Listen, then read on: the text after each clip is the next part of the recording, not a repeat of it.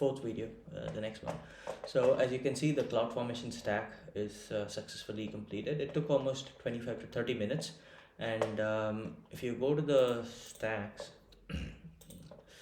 you can see there is a migration immersion day. Within that, I have all the other stacks which are listed. So I'll just open that. And when I open it, everything else inside that migration immersion day is also completed. Go to events. You can see everything has successfully gone through without any issues, and some of it still shows create in progress. It's nothing but the settings, internal settings of the resources that were created.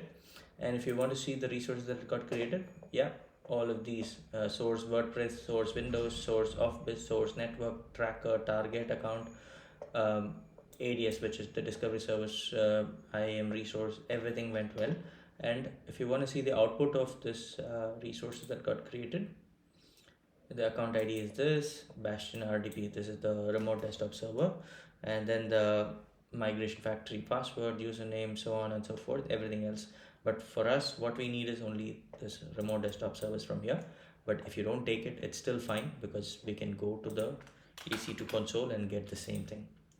So I'll go to the EC2 console. Okay, there are 7 machines that got created as part of the stack. My 2 DB servers of Biz and WordPress, and then 2 web servers, 1 Bastion server, and this is on-prem Windows server. Like if you want to migrate, you can also do that, but we'll not use it. And finally, the DNS server. This is where which server has to talk to which DB. All those configurations are mentioned or configured here. Okay, now let's log into the Bastion server.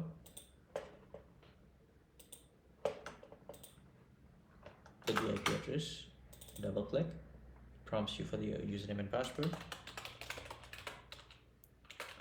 administrator,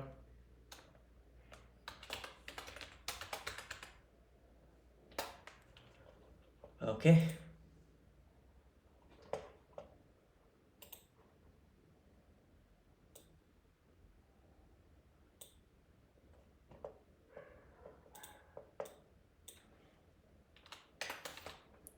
Okay, it's loading.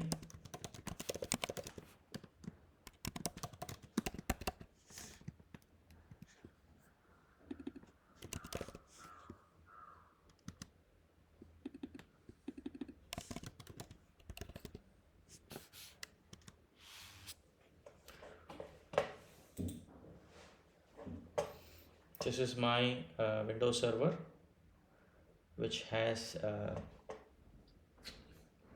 access to other machines. So you can see the putty tool to connect to the other machines. So, and 1, 2, 3, 4 machines are already saved in the settings. So I'll just connect to each of them. I say yes, and it's asking me for the password. I give the password.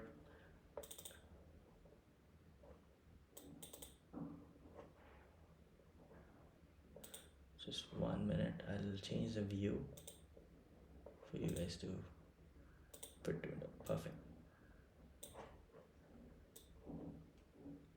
Right, now you can see it better. Right.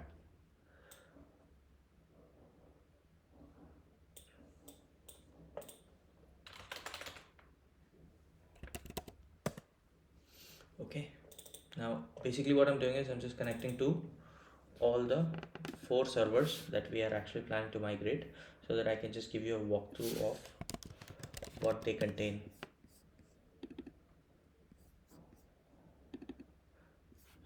So I said 2 app servers and 2 DB servers. That's basically WordPress front end and then the backend DB, and the off-biz app and the DB. So you need to know how it looks, right? You need to know what it looks like, the application.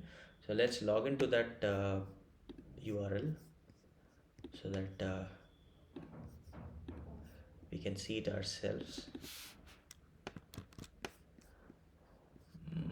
So Google Chrome does not allow the non-secure or unsecured websites. I'll try if it loads. No, it's not. Okay, it takes me to the page where it comes as a search result. Let me just open it in Internet Explorer, which is the go-to browser for most of our internal testing.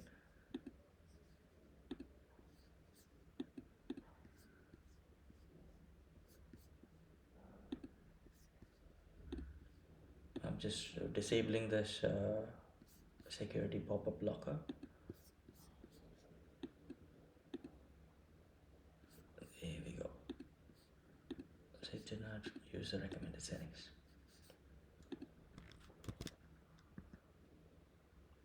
Okay, so this is my WordPress website, which is loading from this server, the WordPress web. You see the server. This is the server which has the WordPress servers installed, and the database is connected to this server, which is on the top. Now we need to see the offbus DB, right? So the offbus DB is available in the link. All these information are there in the hands-on link, guys, the one that I updated in the note.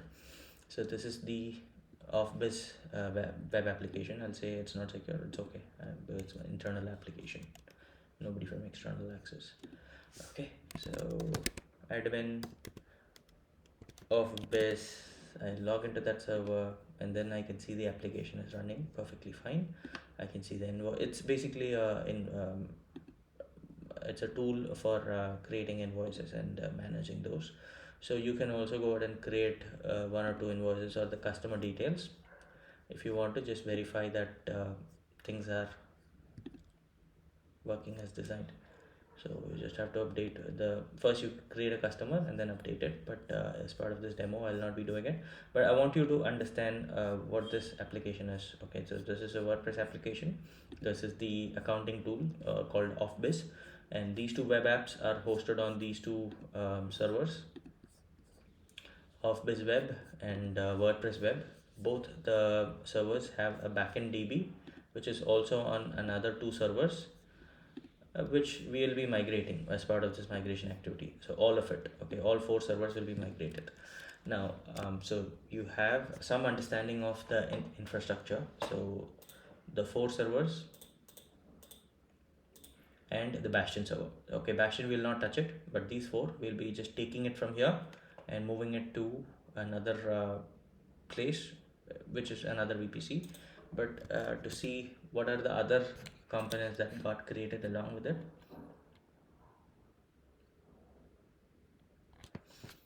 So if I go to the VPCs, you can see the source and the target as well as the staging. So what happens is we have all the 5 or 7 servers in the source. I'll be moving it from the source to the target, but during this migration process, temporarily it has to sit somewhere, correct? Before I create the instances on target or before I decommission the source, a temporary location is called staging area. Okay, so all that migrated resources from source before it goes to the target has to come and sit in some centralized location, which is called staging area. So that's why you have the 3 VNet, and you can see the source and the target. There are two different IP ranges. So from 10 series, it goes to from 192 series it goes to the 10 series IP range. So after the migration, your IP addresses of the machines will also be different. So that's just a quick heads up on the infra. And if you see, even some of the IAM resources got created, like the users, migration user, discovery ADS user, cloud endure user, migration agent install users. All these got created, as well as some of the groups, and everything is part of the Cloudformation template. So it made my life so easy, because almost everything that I need are pre-created. All I have to do is just go ahead and install the migration agents and move it from one place to another. Okay, so that's just a quick walkthrough on the infrastructure that we deployed using the Cloudformation. We'll see the phases of migration, or we'll start the migration in the next video. Okay, thank you.